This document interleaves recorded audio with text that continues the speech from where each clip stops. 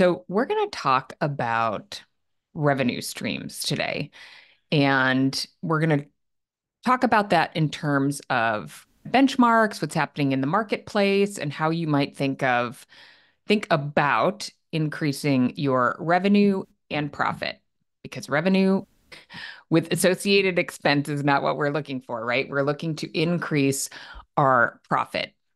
You might want that for take home pay. You might want that to invest in a new location. There are a lot of reasons why you're always thinking about how to optimize your profit, assuming that's your goal. You might be a not for profit space, but even if you are, you're probably still looking to make sure you're optimizing your model so that you can reinvest in the business or in your programming, in your members, et cetera. So here's what we're going to talk about today. When we think about revenue, first, if your bookkeeper is not breaking out your revenue, they're not helping you. You really have to understand where your revenue is coming from at a very detailed level. Now, there's some balance here. I do this when I operated co-working spaces, I had a number of line items on my P&L to help me understand the source of my revenue, percentages, et cetera. Now, we can get too granular on this at some point, but on the other hand, most of you probably aren't going far enough. I look at a lot of P&Ls for operators who are in business. Our team does. We work with operators on optimizing their business. We work with landlords who are taking over spaces and have an existing P&L. And oftentimes we've just got one bucket of income. Maybe it's split out between like workspace, meeting room. That's usually about it. And this does not help you get really real with your numbers, right? In order to get really real with your numbers, you have to know what revenue you're getting from what categories of how much revenue you're getting from each category of revenue so that you can make good decisions about what to focus on and what's actually working in your business and what is not serving you anymore and should either be removed or optimized in some way. So we've been talking a lot recently about the demand for on-demand, the resistance that we see our users having to making a long-term commitment.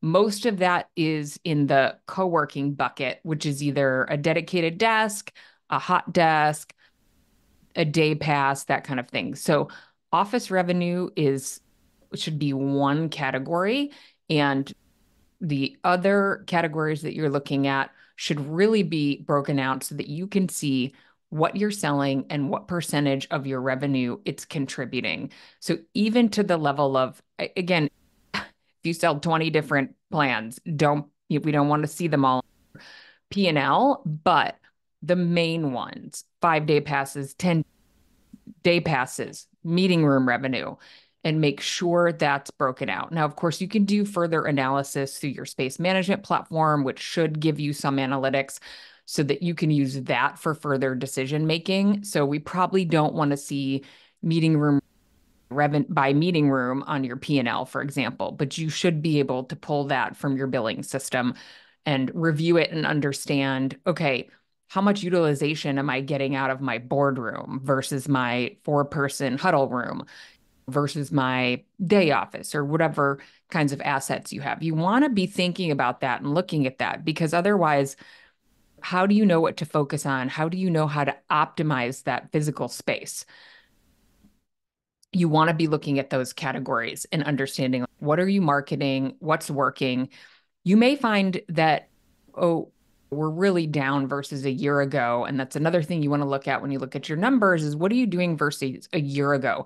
It's really hard to look at what are you doing versus last month because our industry has cyclical patterns based on the weather, based on holidays, based on vacation times, and that can vary based on where you are in the US or in the world because your weather patterns are different. So if it's very hot out, people might be sitting at home using their air conditioning, or they may be leaving town.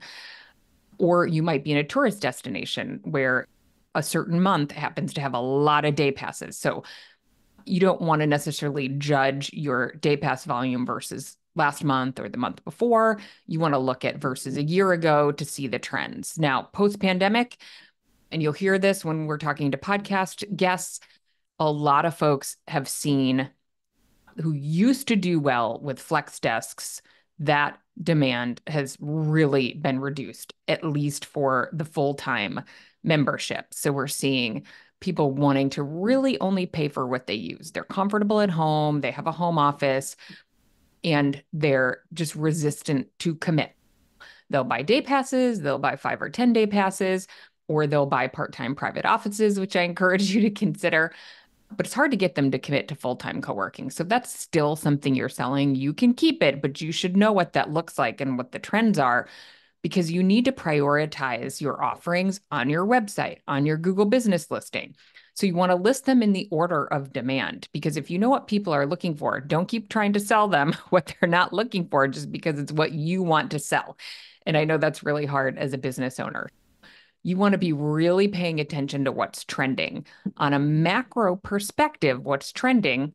Office space, private office space, small offices, not giant team suites in most markets. Never say never, and I'm generalizing. But to talk about trends, I have to generalize a little bit. Meeting room revenue, event space, if you're willing to do it. And of course, virtual offerings, identity packages, the use of an address, virtual mailboxes, et cetera. Let's talk about these revenue streams and what they tend to look like on a pro forma. So let's just use an example here. I am actually going to screen share. So if you're watching on YouTube, you're in for a treat here. For everyone else listening, I'm just going to walk through these numbers, which might be hard to process, but I'll do my best. Okay, so easy math. Let's take 10,000 square feet. So you have a 10,000 square foot space. Your revenue is 700,000. How did I get to that number? $70 a foot is kind of like a lower baseline of what we like to see for a co-working space of this size, of typical cost, with a typical cost structure. So if you happen to have some crazy deal on rent, you own the building, something like that, you might be able to come in with a revenue number that's lower than $70 a foot. Why does it have to be roughly $70 a foot? Because of the cost structure of running a space, because of the internet, the janitorial, the community manager, all of the operating expenses that go into a P&L. If you baseline those, then you need this much revenue in order to cover those and hit a 25% margin. And you may not be at 25%, you may not be at $70 a foot. If those things are not the case, there's probably some optimizing that you can do in your offerings, in your sales funnel.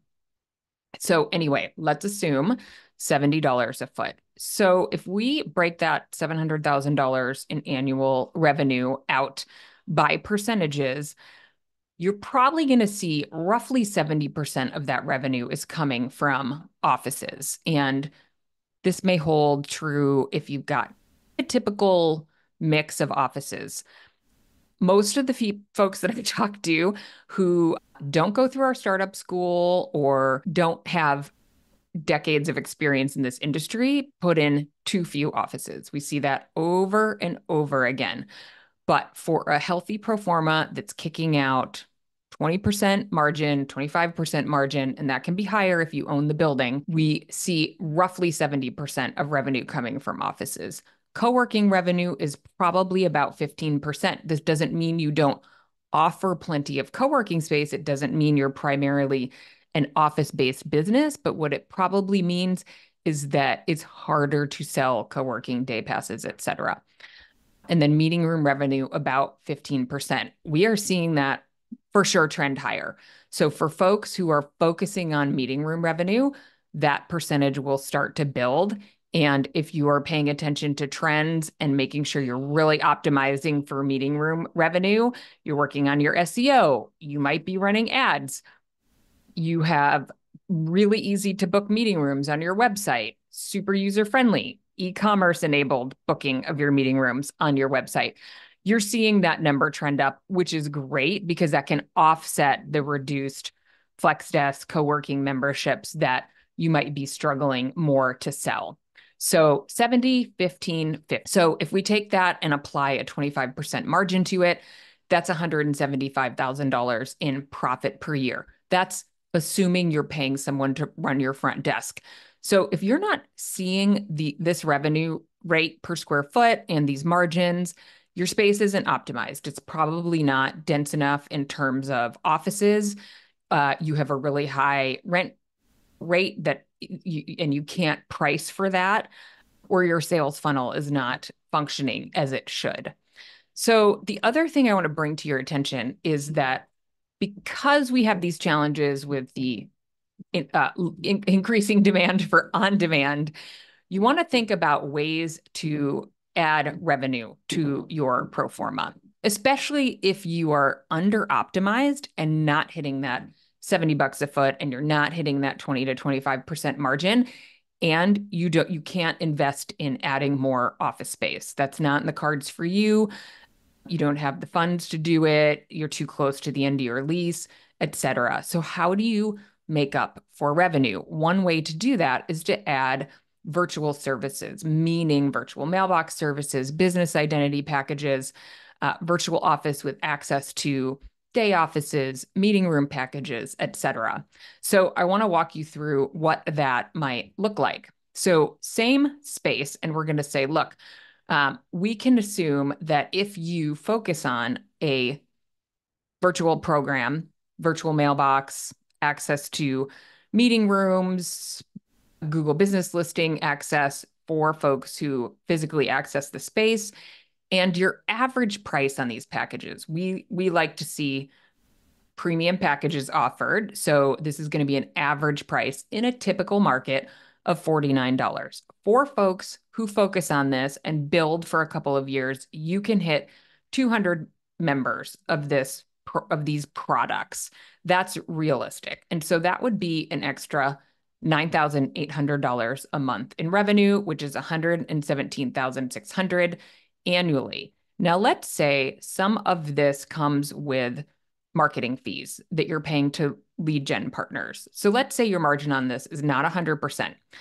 Let's also assume you might need to hire somebody to come in a couple of hours a day to help support that. With 200 members, the biggest weight on your team is going to be the setup of those members because of the CMRA requirements. And after that, it's not going to take a lot of time to process your mail. Roughly 30 minutes a day per 100 members is the industry benchmark, unless you have some heavy users, and then you should be charging them more. So anyway, let's say you're paying a marketing fee for some of these leads and you hire somebody to help. So let's say your margin is 60%, not 100%. That would be an extra $70,000 to the bottom line. So now instead of $700,000 in revenue in the same space, you have $770,000 in revenue. So you're dropping an extra 70 on top of that 175,000 to the bottom line, which again can go to owner's pay, it can go to invest in a new location, it can go into your CapEx fund for things that need to be repaired or a website update or whatever that might be. But this is an annual number. You would, once you start to build that business, start to see that recurring revenue and you're building on it. It is easier to build a virtual mail business because there's no physical cap. Mostly in your offices, again, most of you probably have too few offices, unfortunately, and it may be very hard to address that problem. So you have a cap no matter what on how many offices you have. You can't sell 60 offices if you only have 50 of them. And so your occupancy is going to sit at 85%, maybe 90%, depending on the market you're in. And that's about it. And you're going to churn every single month. Whereas virtual clients are very sticky. And what I mean by sticky is that once you have your business address somewhere, it's a lot of work to change it, right? You have to change it everywhere. And people just generally don't bother doing it. These are assuming that you're getting good quality leads, that your price is high enough to deter the riffraff who just comes in and pops out again. But for legitimate businesses that need a business address, access to meeting rooms, that part-time office, or just have mail that they actually need to have scanned or forwarded to them, et cetera, they really value that service. And so that tends to be sticky and it compounds. So instead of that being stuck, like your co-working memberships, you might have the challenge where you're like, look, I have 50 members and I can't break that ceiling. And it's really hard no matter what. I don't seem to be able to break that ceiling. If you are in a reasonably sized market, if you're in a very small market, this might be harder, but you absolutely can grow that business month over month. You have less trouble compounding that business and taking it from 0 to 200 to 300, et cetera, over time. It's going to be a slow build, but as they say, when's the best time to start your mail program? If you haven't done it already, then today is the best time to start and start building that. So I just want to offer that as a solution for those of you who are noticing that you're not able to hit those industry benchmarks in terms of revenue and margin. It could be other factors like your sales funnel, like your close rate, like the pricing that you have. It could be your website. It could be a lot of things. And also it could be that you feel like you're doing everything you can and just not getting there. And adding that virtual mailbox, virtual office, business identity packages can really help. So we like to help you solve your problems because we're really committed to helping you run profitable businesses. This is why we run the Startup School, to help people really get in front of creating the wrong product mix. So for those of you who are listening who don't have a space open yet, please make sure your product mix is optimized, and please check out, we talk about this mistake that people made in our masterclass, which you can find at everythingcoworking.com/masterclass. But for those of you who are already open, who are struggling with how do I increase my revenue? What are these opportunities? And you haven't set up a mail program, or it's not really optimized and you haven't spent much time on it, this is a way forward for you to do that. And so we like to help. We launched in June our first Mailbox Moneymaker Challenge. So our first cohort went through that program. It's a really in-depth program with a ton of support. We do almost weekly live trainings and office hours. We leave room in there for you to catch up and implement the things that we're suggesting. But we review websites, we review pricing packages, we answer questions, we help you get into the CMRA database. We do everything along the way. We also provide standard operating procedures, templates, blog posts that are SEO optimized for your website. It's really an all-in-one solution if you're looking to start or optimize your mail program. And we're opening it back up. We're opening it for registration starting September 3rd. So if this sounds like something you're interested in, get on our wait list to get all the details. You can do that by going to mailboxchallenge.com. So we're opening it September 3rd, and then our kickoff call is going to be September 16th. So if you know you're interested, block off, I think it's going to be 10 a.m. Pacific time, 1 p.m. Eastern time on the 16th, and get on the waiting list, and then you'll have the opportunity to register, ask us questions, etc. Okay, that's it for this week. I hope you're having a great week. Hope this is food for thought, and we will talk to you next time.